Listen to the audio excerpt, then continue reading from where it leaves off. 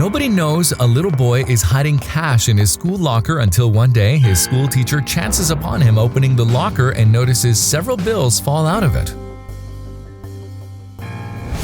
Shakespeare, Dante, and almost anything and everything literature had shaped Miss Freebody's life and work. That's what she taught her students, and she loved it. Miss Freebody adored her job as a teacher. She paid attention to every pupil of hers and special attention to kids who needed extra care, like Tammy Harper. Tammy belonged to a poor family and he hardly had any friends.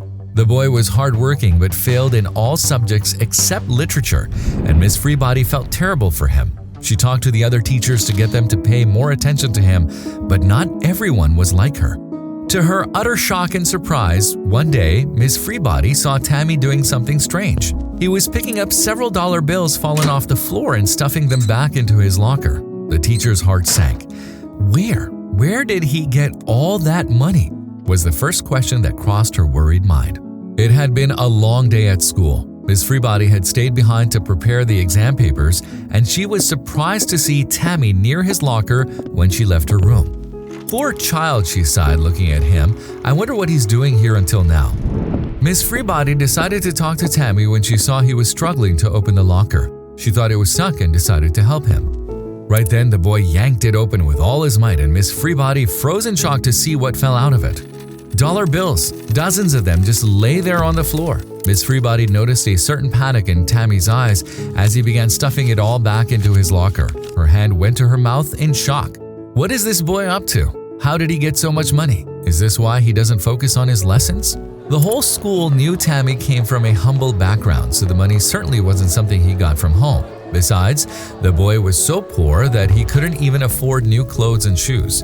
Tammy alternated between two sets of clothes, which sometimes smelled because he didn't wash them. Oh dear, this child. Miss Freebody's heart shuddered to think where Tammy could have gotten all that money. She couldn't just turn a blind eye to it as she cared about him. He was a little boy after all. Forcing a smile on her face, she decided to approach him. He was busy picking up the bills, so she gave him a helping hand, and he seemed terrified. "Miss Freebody, this is my money," he said. Miss Freebody didn't say anything. She picked up the last of the fallen bills, folded her arms across her chest, then spoke. "And would you mind telling me where you got them, child? Look, Tammy, I'm not your parent, and I know it's not right to snoop into other people's business, but I think this needs an explanation." Miss Freebody noticed the tears welling up in Tammy's eyes. Can you please give me that money back, Miss Freebody? I need it, please." "There you go," she said, extending the bills to him, and he quickly stuffed them in his locker. Then he said a small thank you. But Miss Freebody wanted to get to the bottom of the matter. "Where did you get that money, Tammy? Are you in any trouble? Did someone force you to, get into the wrong kind of things, like stealing?" Tammy shook his head. "What is it then, child? Look, you don't need to worry. I'll help you, okay? You're a good kid, Tammy, I know." Tammy was silent for a while. Then he said, "My dad." "Your dad? Did he give you all that money?" asked Miss Freebody. Tammy shook his head again. "He's a bad man, Miss Freebody. He doesn't love my sister and me." As Tammy went on to share his story, Miss Freebody struggled to keep her tears at bay. It turned out Tammy's mom had died years ago, and his father didn't care about him or his sister. He'd been on a bender as long as Tammy could remember and drank his paycheck away. Tammy had a little sister, Miley, and she was a very bright child. She loved studying, but their father didn't send her to school.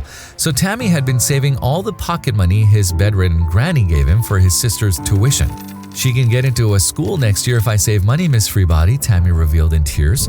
"I'm a big brother and I want to look after her. I'll tell Dad I don't want to go to school so Miley can attend school. She's my little sister, and if I hide the money at home, Dad will take it away." "No, Tammy," Miss Freebody said, "you and your sister, you both deserve to get an education. Your father has no right to hold you back. I know you're a big brother, but not big enough to bear that burden, honey. Take me to your home and I will talk to your father. Don't you worry, okay?" Tammy did as Miss Freebody said, and she was surprised by the condition Tammy and his sister had been living in. Their house looked like it hadn't seen a broom in ages, and it stank of things that shouldn't be in a house with children. Miss Freebody asked Tammy and Miley to go to their rooms, and then she spoke to their father, Derek, who was enraged when she mentioned how irresponsible he was as a father. "Who do you think you are to meddle in our lives? They are my children, and I will raise them as I see fit." "Well," said Miss Freebody calmly, You may not be answerable to me, but you'd certainly have to answer to child services, Mr. Harper. You better pull yourself together, or I won't have a choice but to involve them." "You've got no right to walk into my house and interfere in my matters," Mr. Harper snarled. "You must be a brave lady, but your threats won't work here.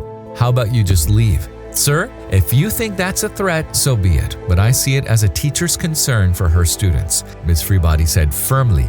"Do you have any idea what your son goes through at school?" "I suppose not. He doesn't have friends. He's failing his tests. Why? Because he's more worried about his sister than himself? As a father, you failed him, but as his teacher, I can't fail him."